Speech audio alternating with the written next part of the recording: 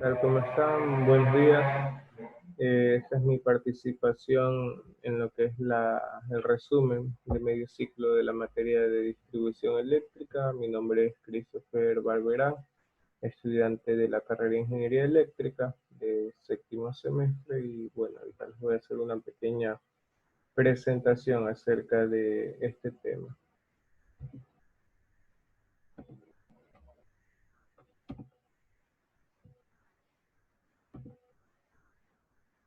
Ok, como se pueden dar cuenta, aquí está lo que les comentaba. La materia es distribución eléctrica. Yo les voy a dar un resumen de todas las clases de medio ciclo de la misma. Aquí está mi nombre y el docente. El docente es el ingeniero Julio César Mera Macías. Bueno, como pueden conocer, en esta materia nosotros hemos recibido tanto la unidad 1 como la unidad 2 separada en diferentes temas. En total van a ser 23 temas. Por ejemplo, en la unidad 1 tenemos temas como definición de los sistemas de distribución, objetivo de la distribución de la energía eléctrica, antecedentes históricos de las redes eléctricas, entre otros. En la unidad 2 tenemos carga eléctrica, demanda y demanda máxima, factor de demanda y factor de utilización, factor de carga y factor de pérdida, entre otros. En total, como les comentaba, 23 temas. Ok, para comenzar a hablar de lo que es distribución eléctrica, nosotros tenemos que enfocarnos en la definición de los sistemas de distribución. Y debemos conocer que un sistema de distribución forma parte de un sistema eléctrico, ya que éste comprende la generación, la transmisión y la distribución. Debido a la complejidad que han alcanzado los sistemas eléctricos, la potencia y la distribución eh, eléctricos de potencia y distribución, perdón, prácticamente en todo el mundo se ha hecho una separación en lo que viene siendo el estudio de ambos. Es decir, que por una parte se trata lo que es la transmisión y la otra es la distribución. Se estudian básicamente por separado. ¿Ok? Bueno, nosotros también tenemos que hablar de lo que es el objetivo de la distribución eléctrica. El objetivo principal de la distribución es ser realizada de tal manera que el cliente reciba un servicio continuo, sin interrupciones y valores de tensión adecuados que permitan a los aparatos operar eficientemente. Y con esto lo que nosotros debemos llegar a lograr es que la forma de onda senoidal sea pura, es decir, que esté libre de armónicos, y la distribución de la energía eléctrica debe llevarse a cabo con redes bien diseñadas que soporten el crecimiento propio de la carga y que además sus componentes sean de la mejor calidad posible para que resistan el efecto del campo eléctrico y los efectos de la intemperie que se verán sometidos durante su vida útil. Además, las redes eléctricas deben ser proyectadas y construidas de tal manera que tengan la flexibilidad suficiente para ampliarse progresivamente con cambios mínimos en las construcciones existentes, y así asegurar un servicio adecuado y continuo para la carga presente y futura al mínimo costo de operación. Bueno, también tenemos que hablar de lo que son los antecedentes históricos de las redes eléctricas. Y con esto vamos a hacer una revisión desde el inicio, donde nosotros vamos a conocer que el nacimiento de las redes eléctricas en el mundo corresponde a un lapso entre 1860 y 1886. Los pioneros en la construcción de los generadores eléctricos fueron Ritchie en Gran Bretaña, Saxton y Clark en Gran Bretaña también, Pixii en Francia, Siemens en Alemania y Pacinotti en Italia. Además, los pioneros en la construcción de los generadores eléctricos fallaron debido a que sus generadores de corriente directa usaban imanes permanentes y solo generaban pequeñas corrientes. En el año de 1866 llegó la mejora a este diseño con la invención del dínamo, Y para esta mejora existieron varios diseños. Y bueno, al menos 6 diseños de estos fueron creados por Weil en Inglaterra, Barley and Wheatstone en Inglaterra, Siemens en Alemania y Framer en los Estados Unidos. También debemos saber que en el año de 1881 la compañía Siemens estableció la primera estación generadora en el pequeño poblado de Godalming, en el sur de Inglaterra, y que durante los últimos 20 años del siglo XIX la máquina eléctrica se cimentó como un producto comercial, básicamente. Y debemos conocer que los generadores de las compañías anteriores eran máquinas de corriente directa. Sin embargo, esta tecnología tenía una cierta desventaja debido a que no podían transmitir la energía a grandes distancias, al no poder elevar la tensión y al reducir las pérdidas por efecto Joule. El éxito de la corriente alterna se consolidó a mediados del año de 1890 debido a que era un medio tanto para generar, transmitir y distribuir la energía eléctrica. Todo esto con la aplicación de los campos eléctricos rotatorios en los generadores de corriente alterna y por la invención de los motores de corriente alterna por parte del croata nacido en Estados Unidos, Nikola Tesla. Si bien pueden darse cuenta que aquí menciona el éxito de la corriente alterna, y antes de llegar a ese éxito de la corriente alterna, el señor Nikola Tesla tuvo que enfrentar la denominada Guerra de las Corrientes, donde logró vencer al imperio establecido en los Estados Unidos de las compañías de electricidad, que en ese entonces trabajaban con corriente directa. Okay. Aquí tenemos lo que es la clasificación de los sistemas de distribución. Por la forma en cómo se constituyen, los sistemas de distribución se pueden clasificar en sistemas aéreos, subterráneos o mixtos. Aquí en esta diapositiva pueden ver una ilustración de lo que son sistemas aéreos y sistemas subterráneos. No encontré la de sistemas mixtos, pero más o menos se puede dar una pequeña idea. También tenemos lo que es los principales elementos constitutivos dentro de la distribución, los cuales son líneas primarias, transformadores de distribución, líneas secundarias, acometidas y equipos de medición. Si se dan cuenta en la ilustración, pueden ver los tres últimos mencionados, que vienen siendo el contador de energía, que va a funcionar como equipo de medición, la acometida y la línea secundaria. Bueno, entonces vamos a hablar acerca de lo que son líneas primarias de distribución. Estos de aquí no son nada más que los cables encargados de conducir la energía desde las subestaciones de potencia hasta los transformadores de distribución.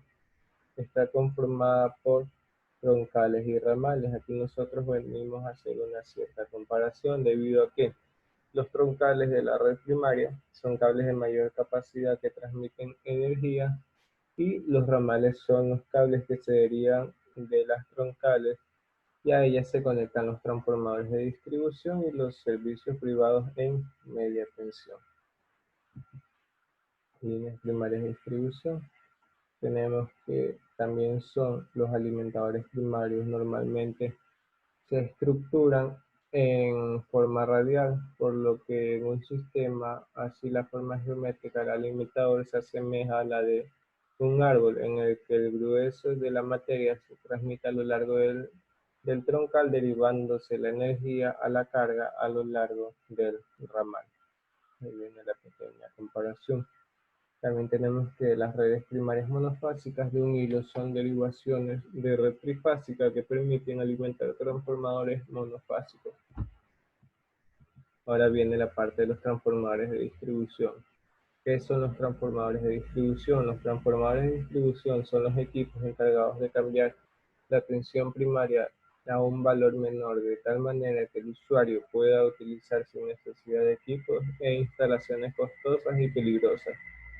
Es la liga entre la red primaria y la red secundaria. La capacidad se selecciona en función de la magnitud de la carga Por esto se debe tener especial consideración en detalles como el factor de demanda y el factor de simultaneidad. El número de fases del transformador es en función al número de fases de la alimentación primaria. También, el transformador con neutro flotante es una necesidad cuando el sistema primario trifásico es de 3 hilos, mientras que el transformador con neutro conectado a tierra se usa cuando se trata del trifásico de 4 hilos. Al conectar el transformador en delta en el primario, se disminuye el riesgo de introducir corrientes armónicas de orden impar a las líneas primarias, pero se incrementa el riesgo de tener sobretensiones por fenómeno de ferrorresonancia. Y al conectar transformadores en estrella con neutro conectado a tierra, se introducen corrientes armónicas de orden impar en los circuitos primarios y se disminuye grandemente la posibilidad de que se presenten sobretensiones por el fenómeno de ferroresistencia. Ok, ahora vamos a hablar de lo que son redes secundarias de distribución. Conducen la energía desde los transformadores de distribución hasta las acometidas de los usuarios. En la mayoría de los casos, los circuitos secundarios son de operación radial, salvo en las redes subterráneas malladas en las que el flujo de energía no siempre sigue la misma dirección. Los sistemas secundarios de distribución por el número de hilos se clasifican en monofásico de 2 hilos, monofásico de 3 hilos, trifásico de 3 hilos y trifásico de 4 hilos. Ahora vamos a hablar de cada uno de ellos. Aquí vamos a hablar del monofásico de 2 hilos, como se pueden dar una pequeña ilustración que está ahí adjunta al texto. Y debemos conocer que en este caso la carga está representada por W. La tensión en los bornes de la carga es V y y la resistencia de los conductores es R. Las redes secundarias conducen la energía desde el transformador de distribución hasta las acometidas. Ahora el monofásico de 3 hilos, otra vez una pequeña ilustración. En este caso se alimenta un transformador monofásico de un secundario del que salen 3 conductores, con el hilo neutro derivado del centro del devanado. En este caso, la carga W se equilibra entre los 2 conductores de fase y el neutro. Al estar la carga equilibrada, la corriente en el neutro es nula.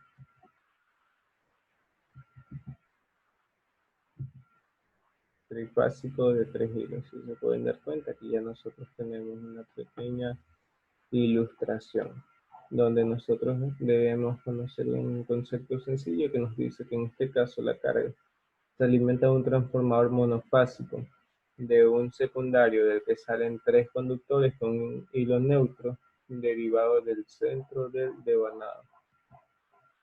Ahora, monofásico de 4 hilos. ¿Cuál es la particularidad de esto? Nosotros debemos saber que en este sistema la carga se alimenta de un transformador trifásico con un devanado secundario del que salen 4 conductores.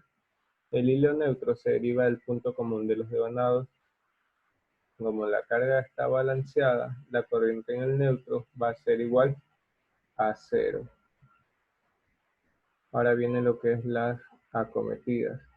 En las acometidas debemos saber que es el conjunto con el equipo de medición, son los elementos que ligan al sistema eléctrico de la empresa suministradora con las instalaciones del usuario. Se puede proporcionar a la tensión primaria o a la tensión secundaria. Esto depende de la longitud de carga del cliente. La medición se puede hacer igualmente en baja tensión o en media tensión dependiendo del tipo de acometida. Ahora vamos a hablar de lo que son montajes principales. Las redes eléctricas se constituyen con diferentes montajes, cada uno de los cuales se aplica de acuerdo a las condiciones especiales que se presenten al construir la línea. La presentación de un catálogo completo de montajes sería muy extenso. Debido a esto, nosotros solamente vamos a hablar de un montaje de un seccionador y el de un juego de capacitores que van a estar desconectados. Bueno, Ahora vamos a hablar de lo que son las estructuras principales. Normalmente se construyen de acuerdo a estructuras bien definidas. Cada tipo de estructura se adapta a un cierto tipo de condiciones y necesidades marcadas por el tipo de carga. La geografía de la zona, la confiabilidad requerida por el tipo de usuario y las necesidades son puntos importantes. Las estructuras más comunes en este caso son la red radial, red mallada, red de anillo y red de derivación doble. Bueno, ahora vamos a hablar de cada una de ellas. Vamos a hablar acerca de la red radial. Está formada por cables troncales y cables ramales en los que la energía sigue un solo camino de la fuente de carga. También puede tener ligas de amarre con otras redes cercanas o puede no tenerlo. Es utilizada comúnmente en líneas de construcción aérea y en redes subterráneas. Las que cuentan con ligas de amarre en operación normal, cada alimentador suministra una cierta carga enmarcada por la zona de influencia del alimentador. En caso de emergencia, los elementos del seccionador se cierran y abren de forma estratégica para hacer movimientos de carga y aislar el tramo de la falla. Ahora vamos con la red mallada. Los alimentadores secundarios forman una sólida malla en la que el flujo de energía no es radial. El sentido de la energía cambia en función de la tensión y la magnitud de la carga. Los alimentadores pueden ser radial o en anillo. Estos alimentadores están conectados a una serie de subestaciones de distribución que no se encuentran eléctricamente adyacentes. Lo anterior se realiza con el objetivo de que exista una falla, de que exista una falla en uno de los alimentadores, no quede fuera de servicio todos los transformadores de una misma zona. Ahora viene lo que es la red en anillo. Se caracteriza por estar formada por una sola troncal y no tener ramales.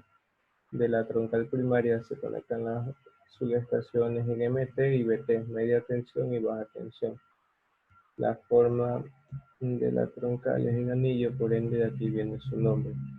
Normalmente debemos conocer que se alimenta de dos puntos diferentes. Cuando ocurre una falla en alguna parte dentro del anillo, se aísla el tramo para poder repararlo y se cierra el punto normalmente abierto para energizar el resto de la red y evitar dejar cierto número de usuarios sin servicio.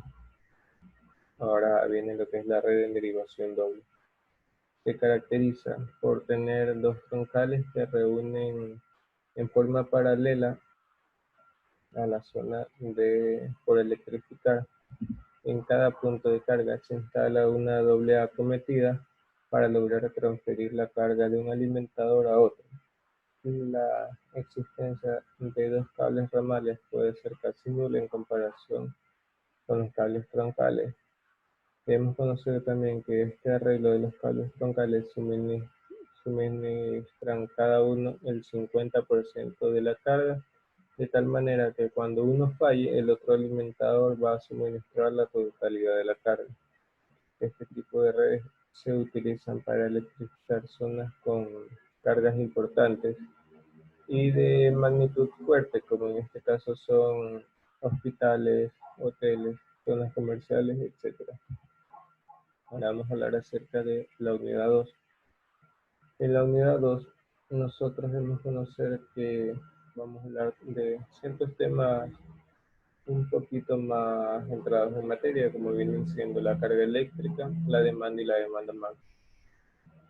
Aquí vamos a decir que la corriente eléctrica corresponde al movimiento de electrones o cargas eléctricas por un conductor eléctrico.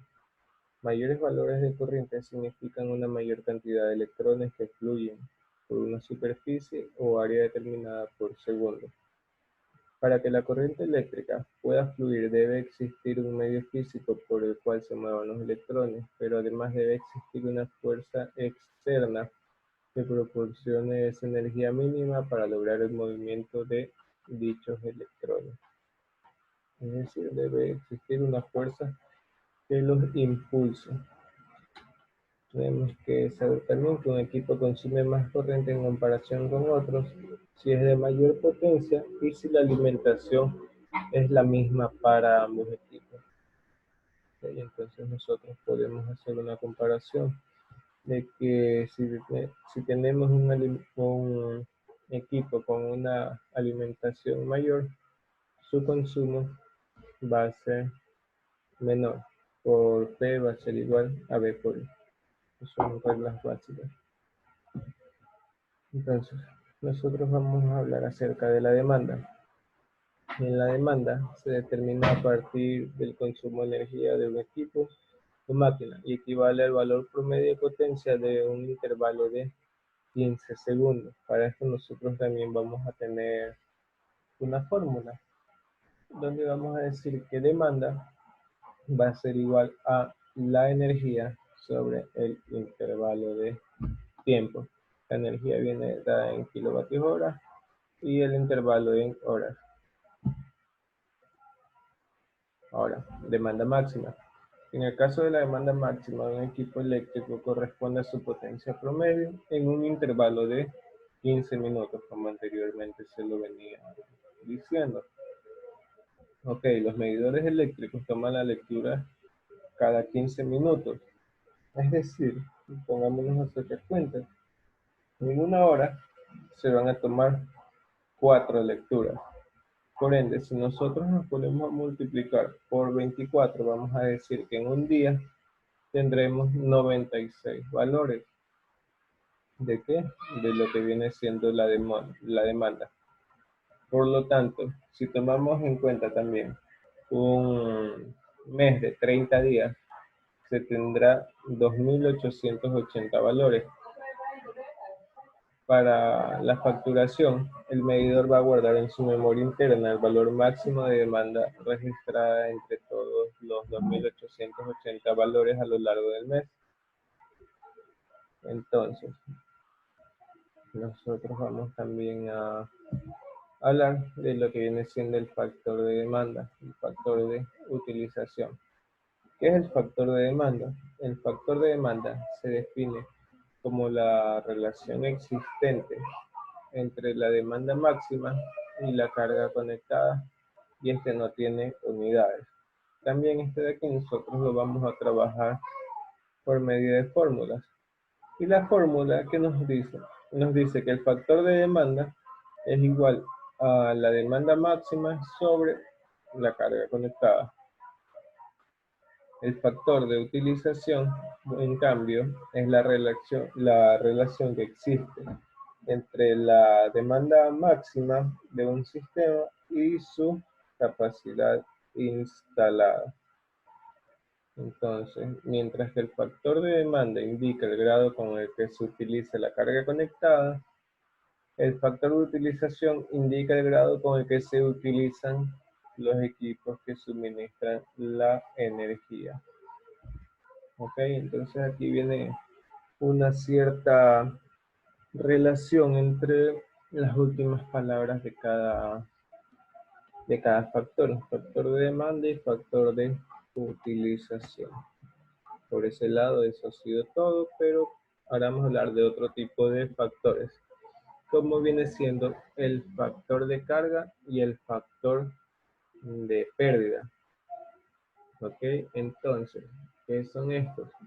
Nosotros vamos a decir que la carga es el factor bajo consideración y puede expresarse en diferentes tipos de potencias, entendidas como la relación entre la energía transformada respecto al tiempo. Para que la demanda quede perfectamente definida es necesario que se llegue a especificar su intervalo, periodo y o forma de medición. Las fórmulas para calcular el factor de carga en un mes de 30 días es la siguiente. Nosotros tenemos que FC, o factor de carga, va a ser igual a la energía real consumida en 30 días sobre demanda máxima por 24 horas divididas para los días. Esto aquí va a ser multiplicado por 30 días y dividido para un mes. ¿Por qué hacemos esto? Porque como se está especificando, vamos a trabajar en relación a un mes de 30 días. Bueno, Entonces, debemos decir que la relación existente permite lograr valores límites mediante factor de carga, como se puede ver en el caso de un alimentador a una carga variable. Ahora tenemos lo que es factor de diversidad, factor de coincidencia y factor de carga. Aquí vienen otro tipo de fórmulas, pero nosotros debemos conocer qué es la relación que existe entre la suma de las demandas máximas individual y de varias partes de un sistema y la demanda máxima coincidente de todo el sistema. El factor de diversidad es igual o mayor que la unidad si las demandas máximas individuales ocurren simultáneamente o son coincidentes. Un grupo de cargas en el que las demandas máximas no son coincidentes poseerá una demanda máxima coincidente menor que la suma de las demandas individuales. Matemáticamente vamos a expresar la fórmula de la siguiente manera, donde nosotros vamos a decir que nuestro factor de diversidad va a ser igual a D max 1 más D max 2 más D sub max al sub n sobre D sub max s, perdón. Ok, esto va a ser igual a la sumatoria de D sub max i, donde vamos a empezar con un i igual a 1 hasta un i igual a n, sobre D sub max s. Ahora viene la especificación de cada una de estas palabras, donde vamos a decir que D sub max i es la demanda máxima de la iésima carga y D sub max S es la demanda máxima del sistema. Por ese lado estamos aclarados. Ahora vamos a hablar sobre el factor de coincidencia. ¿Qué es el factor de coincidencia? Esta es la relación entre la demanda máxima coincidente de un grupo de abonados a la suma de las demandas máximas individuales de cada una de las cargas de ese grupo. El factor de coincidencia es el inverso del factor de diversidad y matemáticamente se puede expresar como factor de coincidencia va a ser igual a 1 sobre el factor de diversidad. Básicamente lo que nosotros vamos a tener es la misma fórmula de antes, pero invertida. Entonces ahora vamos a expresarlo para que no quede ninguna duda. Hoy vamos a decir que D max sub S, esto va a ser igual, perdón, a D sub max sub S sobre D sub max sub 1 más D sub max sub 2 más D sub max sub n, es decir, a la iésima demanda. Ahora vamos con la fórmula de demanda coincidente, pero vamos a hablar de una pequeña definición. Nosotros vamos a decir que esta demanda coincidente trata de reflejar la coincidencia de las cargas. Mientras más grande el conjunto de cargas, debería ser más coincidente. Asimismo, se tiene la siguiente ecuación que lo va a definir. Como D sub max va a ser igual a F COI sumatoria de sub max i. Entonces, ¿qué vamos a decir? Esto nos va a dar como resultado que va a ser igual a f sub COI que multiplica a n por d max sub i. Ahora vamos a decir que al sustituir el valor de d sub max en la expresión, se tiene lo siguiente. Vamos a decir que d sub COI va a ser igual a f sub COI que multiplica a la sumatoria de D sub max sub i. ¿Ok? Entonces ya vamos haciendo una pequeña relación. Bueno, ahora vamos a hablar acerca de lo que es el objetivo del cálculo de los alimentadores. ¿Cuáles son estos objetivos? Aquí para el cálculo de los alimentadores nosotros debemos conocer que se desea mostrar las bases que deben seguir para efectuar el cálculo de alimentadores primarios y secundarios, realizando operaciones sencillas y rápidas. Se explican también los, se explican también los procedimientos necesarios para calcular las impedancias de secuencia positiva y cero de conductores para líneas aéreas de distribución. También se va a decir que se tratan los procedimientos de cálculo para líneas de distribución con carga de distintos factores de potencia. También vamos a hablar de lo que son las impedancias de secuencia de alimentadores aéreos. En este caso, nosotros debemos conocer que las impedancias de secuencia de las líneas aéreas son función principalmente del calibre del conductor, de lo que viene siendo el material del que estén constituidos, de la separación de fases y del número de hilos que conforman el circuito. Es por esto que la impedancia de secuencia positiva y negativa Z1 de las líneas aéreas se determina de la siguiente expresión. Z1 va a ser igual a R sub A más JX sub L, donde nosotros debemos conocer que R sub A va a ser igual a la resistencia de la línea en ohms. Y Jx sub L va a ser la reactancia inductiva de la línea en ohms. ¿Ok? Entonces nosotros también vamos a tener ciertas fórmulas para el cálculo. Y nosotros vamos a decir que para el cálculo de la reactancia tanto positiva o negativa, vamos a tener lo siguiente. Es decir, la reactancia X sub L de la línea da 60 Hz en ohmios sobre kilómetros. Se determina la siguiente ecuación.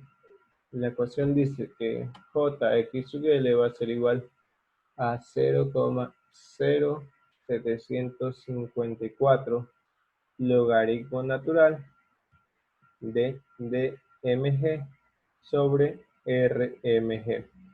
Entonces aquí vamos a definir ciertas cosas.